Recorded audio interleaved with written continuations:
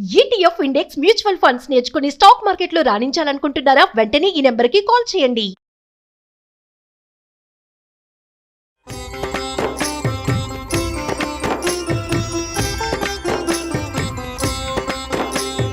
నమస్కారం.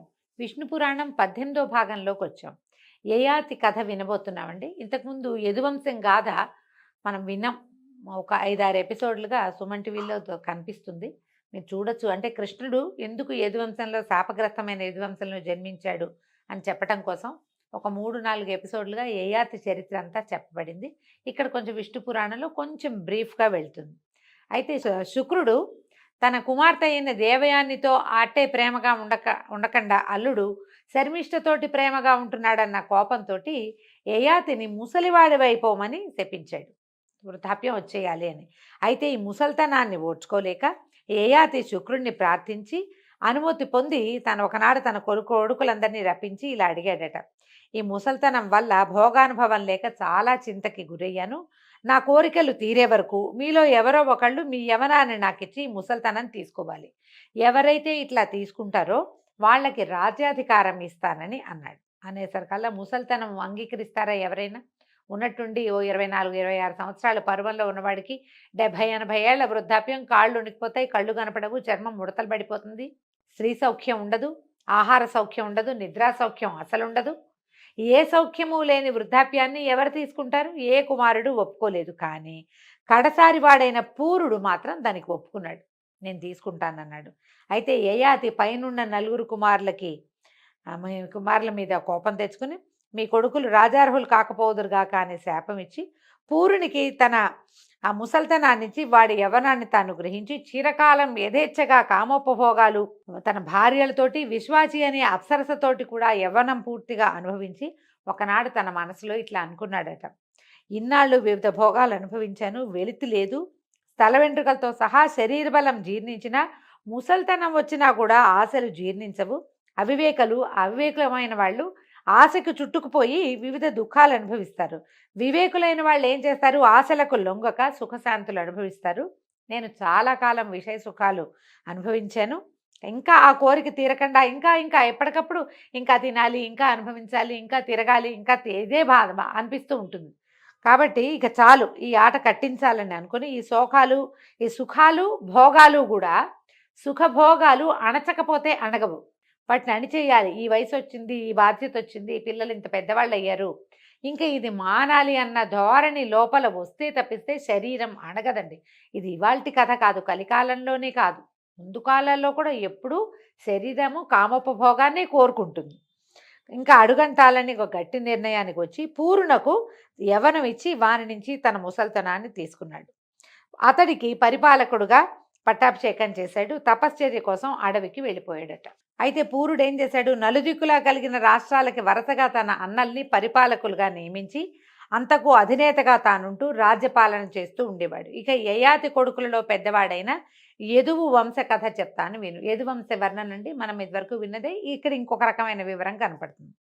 చరాచర భూతకోటికి ధర్మార్థ కామ మోక్షాల్ని ప్రసాదించే నారాయణుడు అవతరించిన అద్భుతమైన గొప్ప వంశం యదువంశం. పరమ పవిత్రుడైన హరి కృష్ణుడనే పేరున ఆ వంశంలో పుట్టి ఆ పవిత్ర వంశ కథ విన్నవారందరికీ శుభాలు చేకూరుస్తాడు అని పరాశరుడు యదువంశ కథ వివరించి మైత్రేయుడికి చెప్పాడు.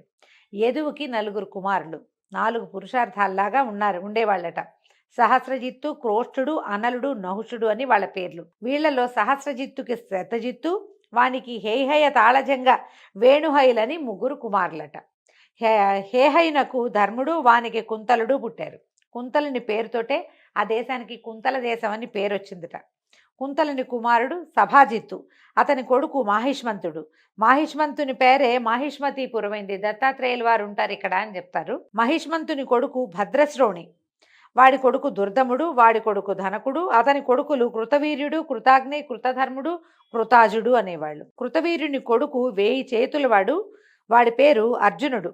ఇతడు ఈ కార్తవీర్యార్జునుడు, కృతవీర్యుని కుమారుడైన అర్జునుడు కాబట్టి కార్తవీర్యార్జునుడు అనే పేరుతోటి అత్యంత ప్రఖ్యాతి పొందాడు అతను. ఈ కార్తవీర్యార్జునుడే అనేవాడు దత్తాత్రేయుని ప్రార్థించి యుద్ధంలో గెలుపు ఎప్పటికీ తరగని భుజశక్తి, పరిపాలనా దక్షత, సత్ప్రవర్తన, అంత్యంలో విష్ణువు చేత మృతి వరాలుగా దత్తాత్రేయుణ్ణి కోరుకున్నాడట.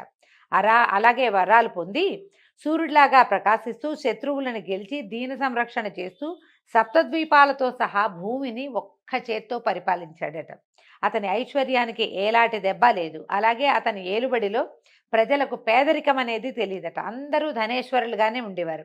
యజ్ఞాలు నిర్దోషంగా 10,000 పైనగా చేసి దేవతలకి సంతృప్తి కలిగించాడు. పుణ్యమూర్తిగా విరాజిల్లాడు. అయితే ఈ కార్తవీర్య అర్జునుడు ఒకనాడు కాంతలతో సహా వెళ్ళి నర్మదా నదిలో జలకేళి తలుపుతుండగా యక్షకిన్నర గంధర్వాదులను జయించి లోక విద్రావణుడుగా ఉన్నటువంటి రావణాసురుడు ఆ ప్రాంతానికే వచ్చి సేనతోటి బస చేశాడట. కార్తవీర్యార్జునుడి కాలం నాడు కాలమే రావణాసురుడి కాలంగా కూడా చెప్పబడుతోంది. అయితే స్నానం చేసి సంధ్యావందనం చేసుకుంటున్నాడట రావణుడు. అది తెలిసిన కార్తవీర్యుడు 1000 చేతులు చాచి నదీ జలాన్ని పొంగించాడు. ఆ పొంగటం వల్ల అటు ఇటు గట్టుపై ఉన్న చెట్లు, తీగలు, ముళ్ళడొంకలు ముమ్మరంగా కొట్టుపోయి రావణుడి మీద పడ్డాయి. దాంతో కోపించిన రావణుడు గడ్డుకు వెళ్ళి తన సేనతోటి కార్తవీర్యార్జునుడిని ఎదిరించాడు. కార్తవీర్యుడు అలాగే ఎదిరించి పశువుని పట్టి ఈడ్చినట్లుగా రావణుణ్ణి ఈడ్చి కాళ్ళు చేతులు సంకెళ్లతో బంధించి చెరసాలలో చాలా కాలం ఉంచాడట. తర్వాత పులస్త్యుడు వచ్చి నయాన చెప్పగా విడిచిపెట్టాడు. ఇలాగ శత్రుభీకరుడై ప్రజాక్షేమంకరుడైన కార్తవీర్యుడు చిరకాలం పరిపాలన సాగించాడు. కాలావసానం సమీపించగా నారాయణాంశతో అవతరించినటువంటి పరశురాముని గొడ్డలి దెబ్బకి గురి అయి తనుత్యాగం చేసి పరమపదాన్ని చేరాడు. అయితే ఈ కార్తవీర్యునికి 100 కుమారులట. వాళ్లలో శూరసేనుడు, వృషసేనుడు, మధువు, జయధ్వజుడు అనేవాళ్ళు ముఖ్యులు. వాళ్లలో జయధ్వజుని కుమారుడు తాళజంగుడు.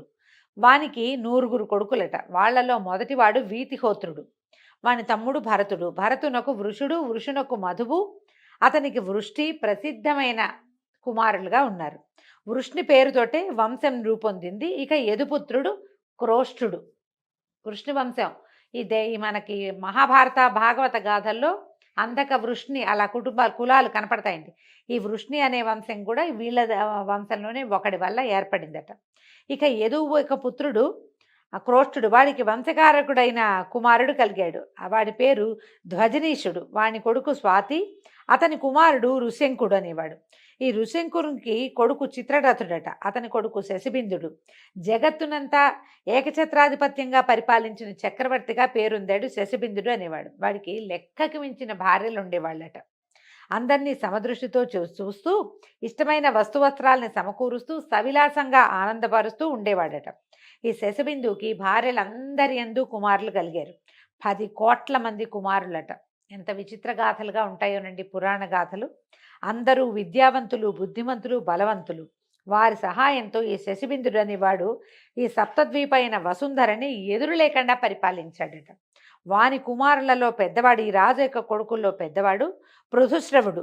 పట్టాభిషిక్తుడే. అతను కూడా ఈ నేలాడు. అతని కొడుకు దముడు. వాని కొడుకు ఉశనుడు. ఉశనుడు ఈ ద్విజులకు సంతృప్తిగా దక్షిణలిచ్చి యజ్ఞాలు చాలా చేశాడట. ఇప్పుడు ఈ ప్రఖ్యాతంగా అందరూ చేసేవాళ్ళు కదా యజ్ఞాలు. ఒకడి పేరు ఎందుకు చెప్తారండి అంటే అందరికంటే ఎక్కువ చేసి ప్రజలకి ఎక్కువ కాలం గుర్తున్న వాడి పేరు ప్రత్యేకంగా చెప్పబడుతుంది. వాట్లలో చెప్పదగినవి ఏంటంటే 10 అశ్వమేధాలు చేశాడట. ఇతని కుమారుడు ఇతవుడు. ఇతవుని సుతువు మధువు. వాడికి 5 కుమారులు ఉన్నట. పరాజితువు, రుక్ముడు, పృథురుక్ముడు, జ్యామకుడు, ఫలితహరితుడు అని వాళ్ళ పేర్లట. అయితే వీళ్లలో జ్యామకుడు అనేవాడు శైబ్య అనే ఒక కాంతను పెళ్ళాడి ఆమెకు వశమైపోయి వాళ్ళిద్దరూ రాజసంగా సంతోషంగా ఉండేట. ఒకళ్ళకొకళ్ళు లొంగి ఉండేవాళ్ళు. భార్యను విడిచిపెట్టి ఉండేవాడు కాదట. ఈ భార్యలకి లొంగి తిరుగుతున్న భర్తల్లో ముందు చెప్పదగిన వాడు జామకుడని ఆ కాలంలో లోకులు చెప్పుకునేవాళ్ళు. క్రమంగా రాజ్యపాలన కూడా భార్యే చేసేది. దానికి దాసోహం అని జామకుడు చేతులు కట్టుకుని బంటులాగా నడుచుకునే దశకి దిగజారిపోయిందట అతని బతుకు. పోనీ ఇంత దిగజారిపోయినా అతనికి సంతానం కలగల. ఆలోచించి భార్యతో సహా అడవికి వెళ్ళి తపస్సు చేయటం మొదలుపెట్టాడట.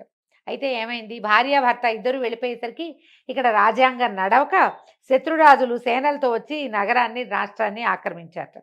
ఈ సమాచారం చారుల వల్ల విని ఏమంటావని భార్యని అడిగాడట. పరిగెత్తుకుని వెళ్ళిపోలే ఆ రాజుగారు.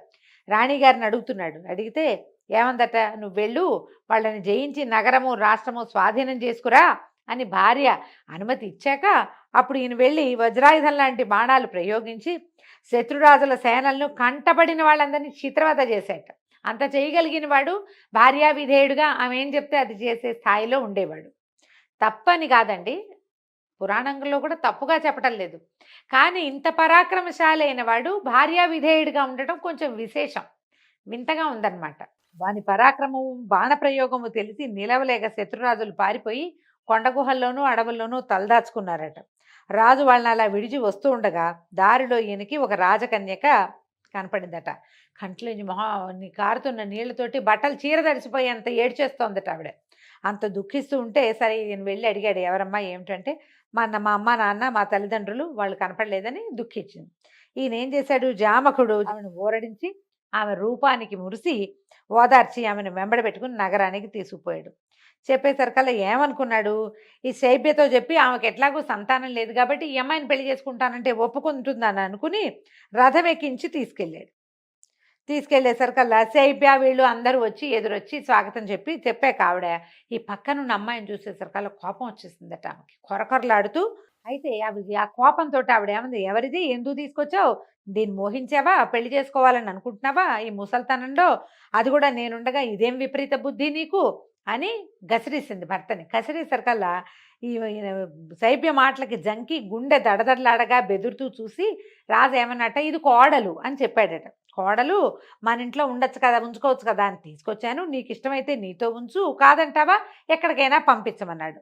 పంపించంగానే వెంటనే శైబ్య, ఏమయ్యా ఏమిటి మాయ మాటలు మాట్లాడతావు, నేనేమో గొడ్రాలని ఆవిడే చెప్పుకుంటోంది, పుట్టు సంతతి లేని దాన్ని, నీకు ఇంకో భార్య ఏమో లేదు, శైబ్య నేను ఒక్కదాన్నే ఉన్నాను, నీకు కొడుకు ఎక్కడున్నాడు, నీది కోడలు ఎట్లా అవుతుంది అని అనేసరికల్లా రాజుకి ఏం చెప్పాలో తెలియలే. కానీ ఆమెతోటి ఈ అమ్మాయి నాకు నచ్చింది, దీన్ని నేను పెళ్లి చేసుకుంటా, నీకు ఎటాకు పిల్లలు లేరు, ఇవికి సంతానం కలుగుతుంది నా వల్ల, వాళ్ళు రాజు అవుతారు, అట్లాంటి వాక్యాలు చెప్పడానికి ఆయనకి ధైర్యం గుండె చాలలేదనమాట. ఎందుకంటే ఆమె మాట వినడానికే ఆయన అలవాటు పడున్నాడు, లోపల వణికిపోతున్నాడు భయంతో.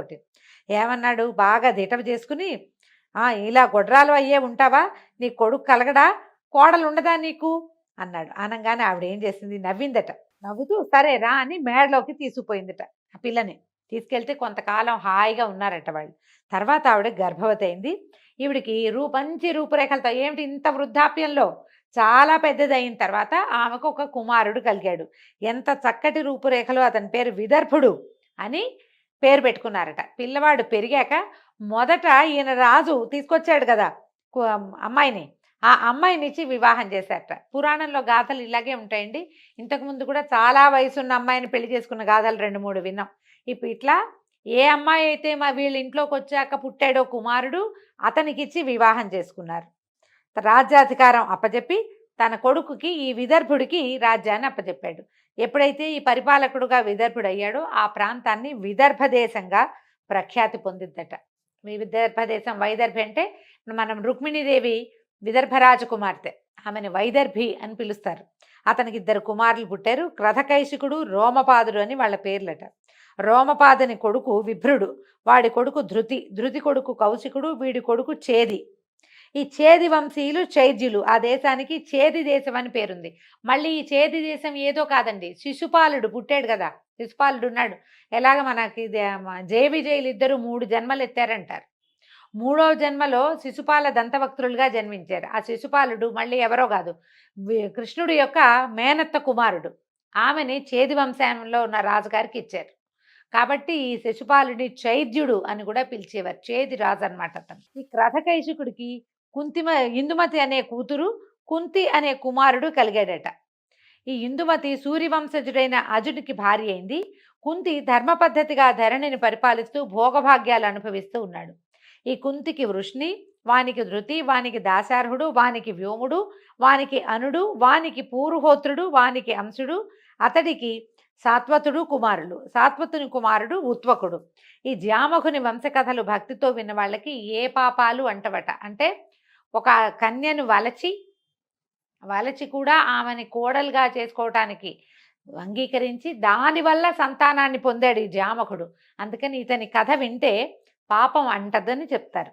అయితే ఉత్వతుని కుమారులు భజమాన దివ్యాంధ దేవావృత మహాభోజ వృష్ణులని 6 కుమారులట. వాళ్లలో భజమానునికి నిమి, వృక్షుడు, వృష్ణి, శతజిత్తు, సహస్రజిత్తు, యుతజిత్తు అని 6 కుమారులు. ఇక ఎంతమంది కుమారుల పేర్లు చెప్తారోనండి. దేవావృతుడికి బభ్రుడు దేవవిభుడు కలిగారు. మహాభోజుడికి భోజమూర్తులు పుట్టారు. వృష్ణికి కొడుకేమో సుమిత్రుడు, వానికి అమిత్రుడు శిబి అని కుమారులు.